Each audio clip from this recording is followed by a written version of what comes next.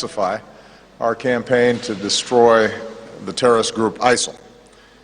Our meeting was planned before the terrible attack in Orlando, but obviously that tragedy, the awful loss of life, shaped much of our work today. In all of our efforts, foremost in our minds is the loss and the grief of the people of Orlando, those who died, those who are still recovering, the families who've seen their loved ones harmed, the friends of ours who are lesbian and gay and bisexual and transgender who were targeted. I want to remind them that they are not alone. The American people and our allies and friends all over the world stand with you and are thinking about you and are praying for you. As Director Comey has said, we currently do not have any information to indicate that a foreign terrorist group directed the attack in Orlando. It is increasingly clear, however, that the killer took in extremist information and propaganda over the internet. He appears to have been an angry, disturbed, unstable young man who became radicalized. As we know all too well, terrorist groups like ISIL have called on people around the world and here in the United States to attack innocent civilians. Their propaganda, their videos, their postings are pervasive and more easily accessible than we want. This individual appears to have absorbed some of that, and during his killing spree, the shooter in Orlando pledged allegiance to ISIL. As I've said before, these lone actors or small cells of terrorists are very hard to detect and very hard to prevent. But across our government, at every level, federal, state, and local, military and civilian, we are doing everything in our power to stop these kinds of attacks. We work to succeed 100% of the time. An attacker, as we saw in Orlando, only has to succeed once. Our extraordinary personnel, our intelligence, our military, our homeland security, our law enforcement have prevented many attacks and saved many lives, and we can never thank them enough. But we are all sobered by the fact that despite the extraordinary hard work, something like Orlando can occur. In our meeting today, Director Comey updated us on the investigation in Orlando. Secretary Johnson reviewed the measures we continue to take on behalf of our homeland security. Secretary Carter and Chairman Dunford reviewed the military campaign against ISIL, and I want to thank Secretary Lew and his team here at Treasury for hosting us and for their tireless efforts to cut off the money that ISIL relies on to fund its terror network. At the outset, I want to reiterate our objective in this fight. Our mission is to destroy ISIL. Since I last updated the American people on our campaign 2 months ago, we've seen that this continues to be a difficult fight, but we are making significant progress. Over the past 2 months, I've authorized a series of steps to ratchet up our fight against ISIL. Additional U.S. personnel, including special forces in Syria to assist local forces battling ISIL there, additional advisors to work more closely with Iraqi security forces, and additional assets, including attack helicopters, and additional support for local forces in northern Iraq. Our aircraft continue to launch from the USS Harry Truman, now in the Mediterranean. Our B-52 bombers are hitting ISIL with precision strikes. Targets are being identified and hit even more quickly. So far, 13,000 airstrikes. So this campaign at this stage is firing on all cylinders. And as a result, ISIL is under more pressure than ever before. ISIL continues to lose key leaders. This includes Salman Abshahib, the senior military leader in Mosul, Abu Saab al-Sudani, who plotted external attacks, Shakir Wahib, ISIL's military leader in Iraq's Anbar province, and Mahir al-Balawi, the top ISIL commander in Fallujah. So far, we've taken out more than 120 top ISIL leaders and commanders. And our message is clear. If you target America and our allies, you will not be safe. You will never be safe. ISIL continues to lose ground in Iraq. In the past 2 months, local forces in Iraq, with coalition support, have liberated the western town of Rutbah and have also pushed up the Euphrates River Valley, liberating the strategic town of Heat and breaking the ISIL siege of Haditha. Iraqi forces have surrounded Fallujah and begun to move into the city. Meanwhile, in the north, Iraqi forces continue to push up the Tigris River Valley, making gains around Makhmur and now preparing to tighten the noose around ISIL in Mosul. All told, ISIL has now lost nearly half of the populated territory that it once controlled in Iraq, and it will lose more. ISIL continues to lose ground in Syria as well. Assisted by our Special Operations Forces, a coalition of local forces is now pressuring the key town of Manbij, which means the noose is tightening around ISIL in Raqqa as well. In short, our coalition continues to be on offense. ISIL is on defense, and it's now been a full year since ISIL has been able to mount a major successful offensive operation in either Syria or Iraq. As ISIL continues to lose territory, it also continues to lose the money that is its lifeblood. As a result of our strikes against its oil infrastructure and supply lines, we believe that we've cut ISIL's revenue from oil by millions of dollars per month. In destroying the storage sites where they keep their cash, we've deprived ISIL of many millions more.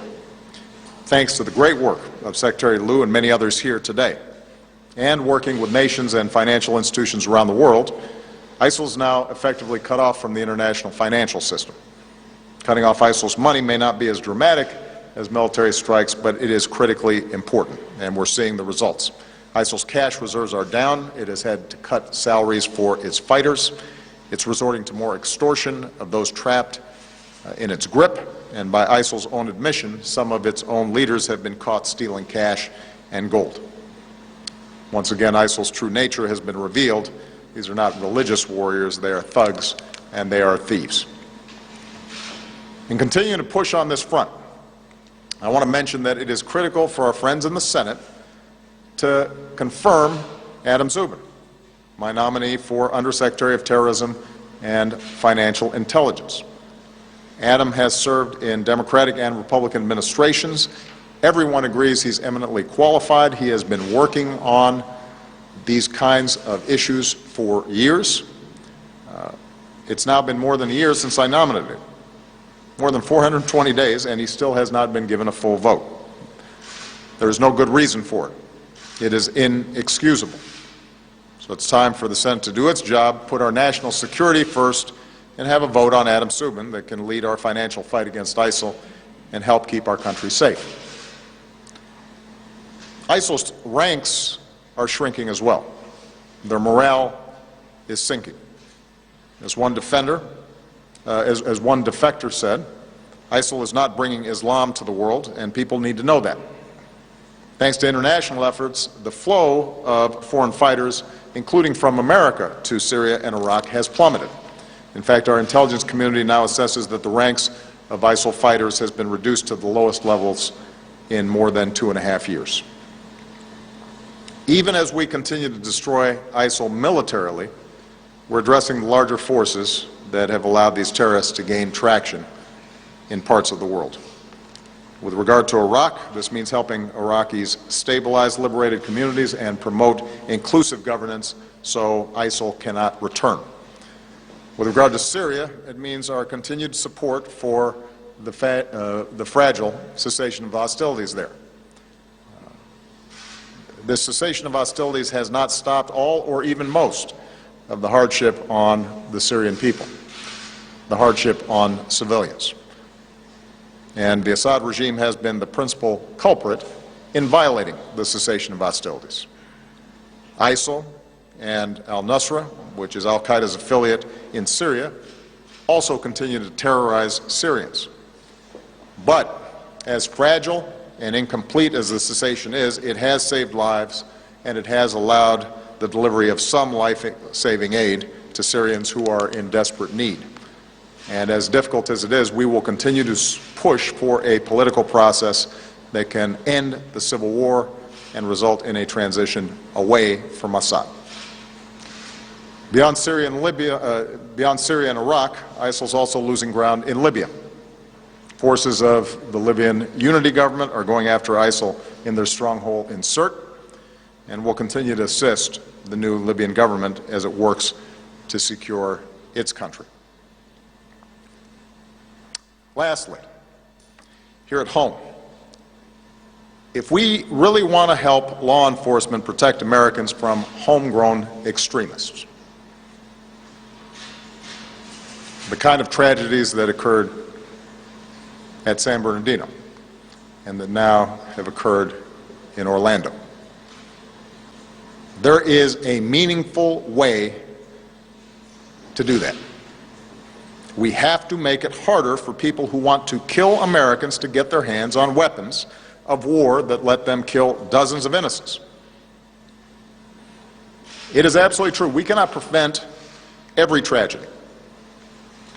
But we know that, consistent with the Second Amendment, there are common sense steps that could reduce gun violence and could reduce the lethality of somebody who intends to do other people harm. We should give ATF the resources they need to enforce the gun laws that we already have. People with possible ties to terrorism who aren't allowed on a plane shouldn't be allowed to buy a gun. Enough talking about being tough on terrorism. Actually be tough on terrorism and stop making it easy as possible for terrorists to buy assault weapons. Reinstate the assault weapons ban. Make it harder for terrorists to use these weapons to kill us. Otherwise, despite extraordinary efforts across our government, by local law enforcement, by our intelligence agencies, by our military, despite all the sacrifices that folks make, these kinds of events are going to keep on happening. And the weapons are only going to get more powerful. And let me make a final point. For a while now, the main contribution of some of my friends on the other side of the aisle have made in the fight against ISIL is to criticize this administration and me for not using the phrase radical Islam. That's the key, they tell us. We can't beat ISIL unless we call them radical Islamists. What exactly would using this label accomplish? What exactly would it change? Would it make ISIL less committed to trying to kill Americans? Would it bring in more allies? Is there a military strategy that is served by this?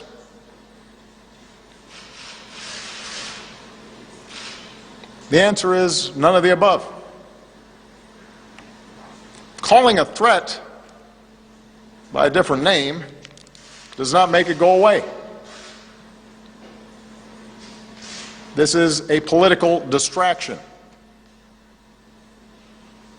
Since before I was president, I've been clear about how extremist groups have perverted Islam to justify terrorism.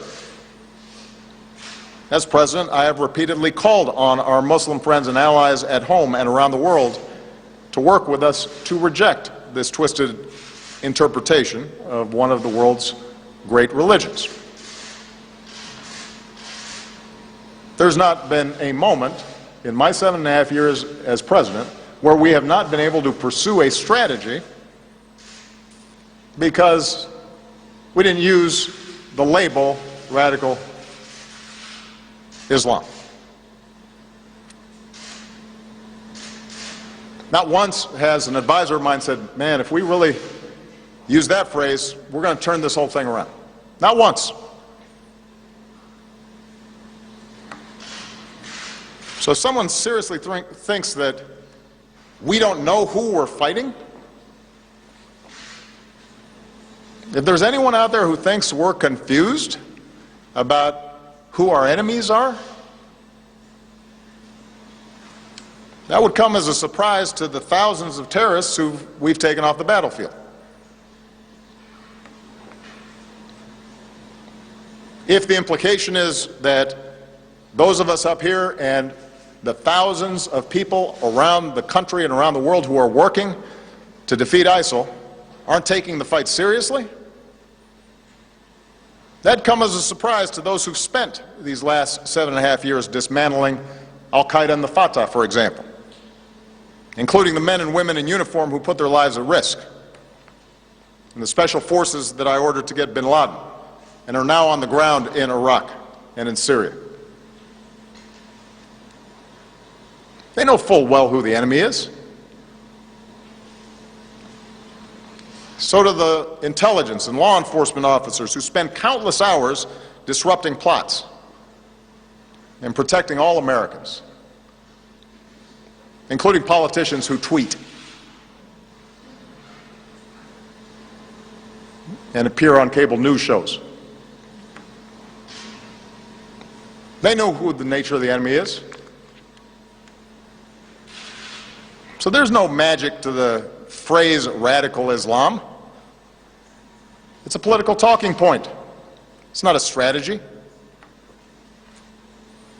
And the reason I am careful about how I describe this threat has nothing to do with political correctness and everything to do with actually defeating extremism.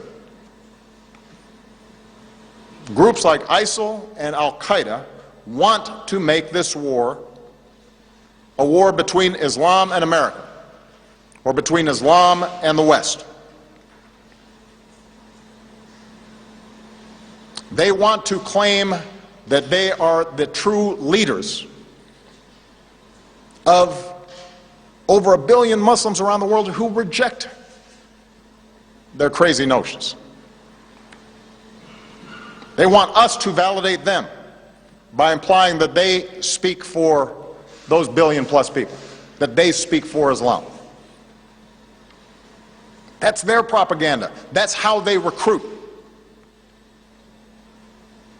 And if we fall into the trap of painting all Muslims with a broad brush and imply that we are at war with an entire religion, then we are doing the terrorist work for them.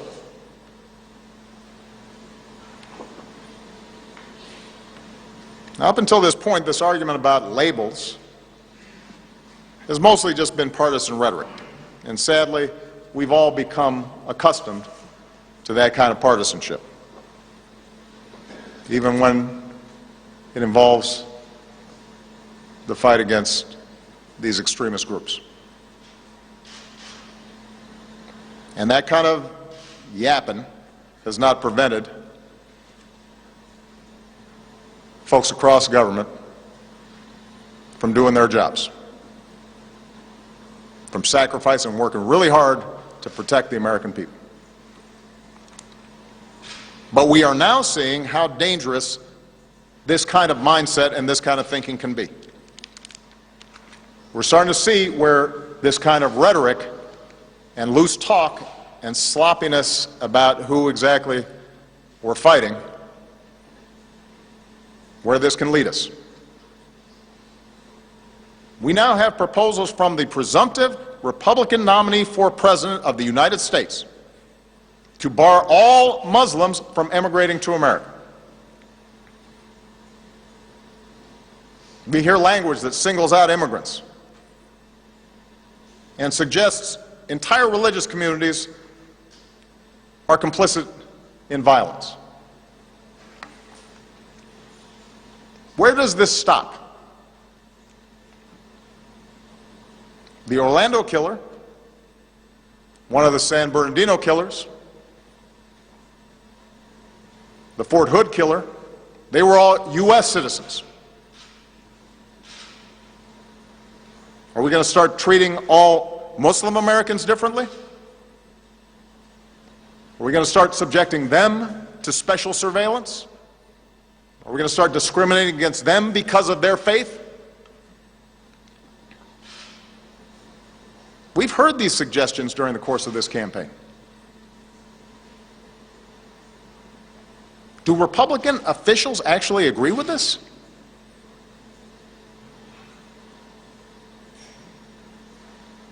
Because that's not the America we want. It doesn't reflect our democratic ideals. It won't make us more safe, it will make us less safe, fueling ISIL's notion that the West hates Muslims, making young Muslims in this country and around the world feel like no matter what they do, they're going to be under suspicion and under attack.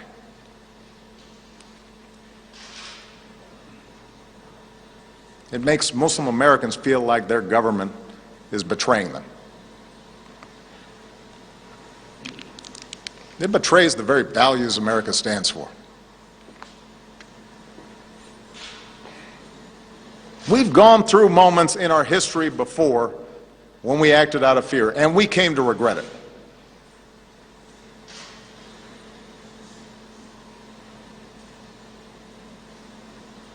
We've seen our government mistreat our fellow citizens. And it has been a shameful part of our history. This is a country founded on basic freedoms, including freedom of religion. We don't have religious tests here. Our founders, our Constitution, our Bill of Rights are clear about that. And if we ever abandon those values, we would not only make it a lot easier to radicalize people here and around the world, but we would have betrayed the very things we are trying to protect. The pluralism and the openness, our rule of law, our civil liberties, the very things that make this country great, the very things that make us exceptional. And then the terrorists would have won. And we cannot let that happen. I will not let that happen.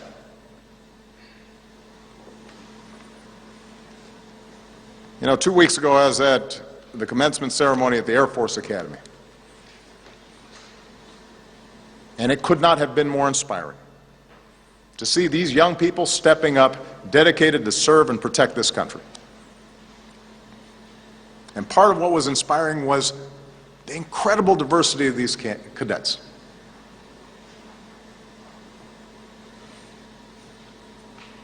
We saw cadets who are straight applauding classmates who were openly gay.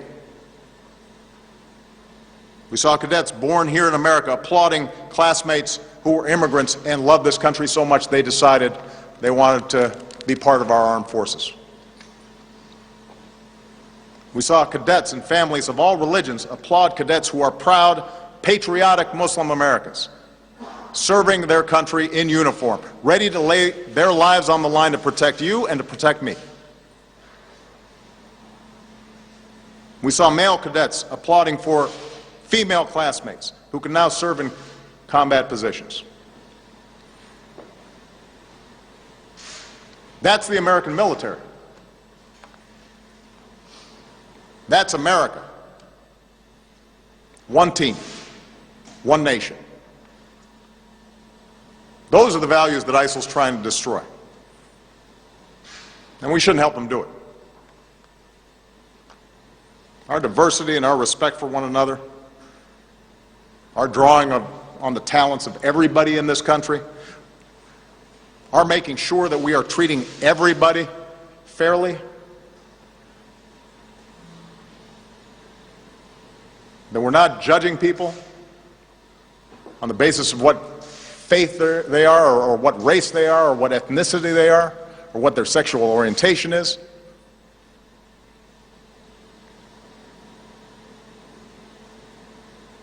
That's what makes this country great.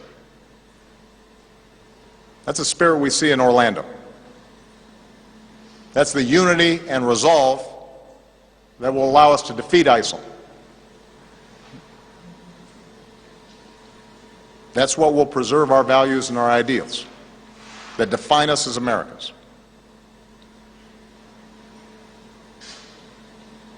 That's how we're going to defend this nation, and that's how we're going to defend our way of life. Thank you very much.